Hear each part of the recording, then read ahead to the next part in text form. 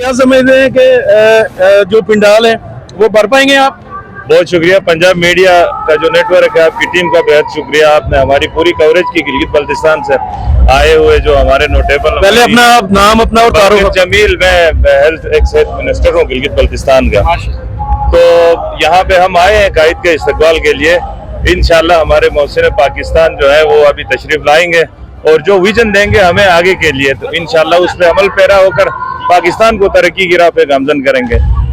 अस्सलाम वालेकुम। हमारे साथ इस वक्त आज़ाद कश्मीर पाकिस्तान मुस्लिम लीग नून के सेक्रेटरी जनरल तारिक फरूक साहब मौजूद हैं। हम उनसे पूछते हैं कि वो यहाँ पे अपने बहुत बड़े एक इज्तिमा के साथ आए हैं। सर, आप ये बताएं कि आप क्या समझते हैं कि पाकिस्तान मुस्लिम लीग नून अगर चौथी दफा चांस मिलता है तो वो बहरानों से मुल्क को निकाल सकेगी?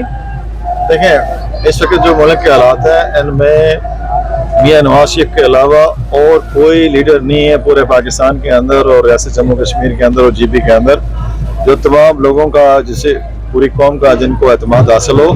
जब भी उन्हें मौका दिया अल्लाह ताला ने और कौम ने, और उन्हें कामयाब किया पाकिस्तान को माशी लिहाज से, दिफाई लिहाज से, नजरियाती लिहाज से, सियासी लिहाज से, इंतजामी लिहाज से। अब भी जो सूरत हाल है, ये सूरत हाल मुल्क की इंतहाई गंभीर है।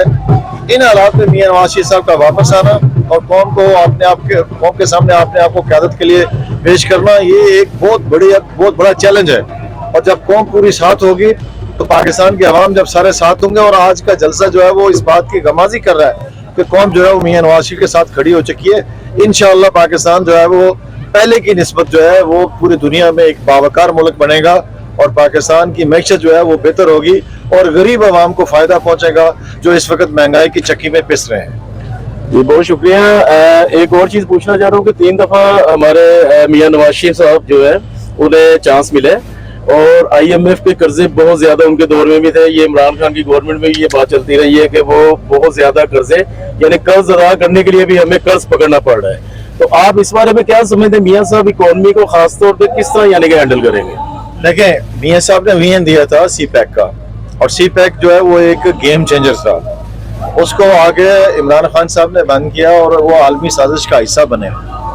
जो बात आपने की है कि कर्जे लिए गए, कर्जे नवाज शरीफ के दौर में कम लिए गए, इमरान खान ने तो जो है वो रिकॉर्ड कायम किए 4 साल के अरसे के अंदर, और वो मुल्क जो है वो कर्जों के नीचे आ गया। और हर बच्चा जो पैदा हो रहा है पाकिस्तान का, वो जो है वो लाखों का मकरूज है इस वक्त। और ये एजाज जो है वो इमरान खान को ही जाता है और किसी को नहीं जाता मुल्क तबाह करने का। जहां तक बात है कि मियां नवाज शरीफ के ऊपर ना सिर्फ पाकिस्तान के लोग एतमाद करते हैं, मशरक़ वस्ता के ममालिक और चाइना बिलखसूस वो मियां नवाज शरीफ के ऊपर एतमाद करता है।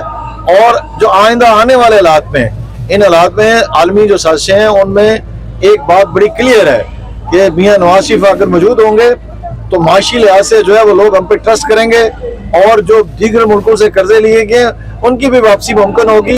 और ये जो CPEC का मनसूबा है ये मुकम्मल होगा। इसके खिलाफ अगरचे मोदी ने बड़ी साजिशें की हैं और वो यूरोप तक जो है वो एक सी के जरिए जो है वो रास्ता लेके जाना चाहता है। लेकिन मियां नवाज शरीफ साहब का जो विजन है, उनकी जो सोच है और उन पे जो कौम एतमाद करती है, ये सबसे बड़ी बात है। और इसी वजह से जो है ये कौम उम्मीद लगाए बैठी है कि पाकिस्तान को अब अगर बचाना है तो मियां नवाज शरीफ को 34 मरतबा लाना है।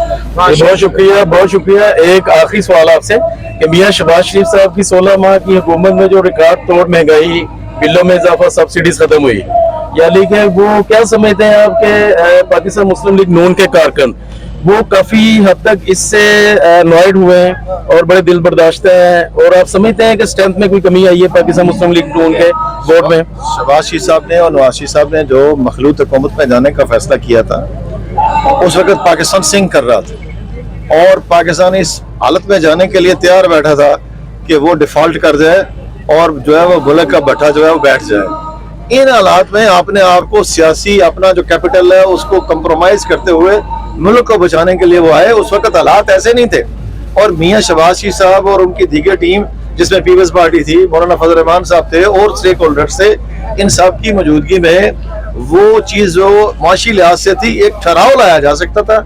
उसमें भी उतनी कामयाबी नहीं मिली कि दुनिया जो है वो उसमें यकदम डिक्लाइन शुरू हो गया था इस हवाले से कि दुनिया जो है वो उसमें रिसेशन आ गया, पूरी दुनिया यूक्रेन की जंग से जो है मुतासर होना शुरू होगी, और वो बड़ी बुनियादी वजह बनी। अब जो सूरत हाल है, अगरचे मुल्क पूरी दुनिया में इस्तकाम नहीं है, लेकिन जो इर्द गिर्द मियां नवाज शरीफ के और पाकिस्तान के दोस्त हैं, वो पाकिस्तान को हर सूरत जो है वो मदद करेंगे।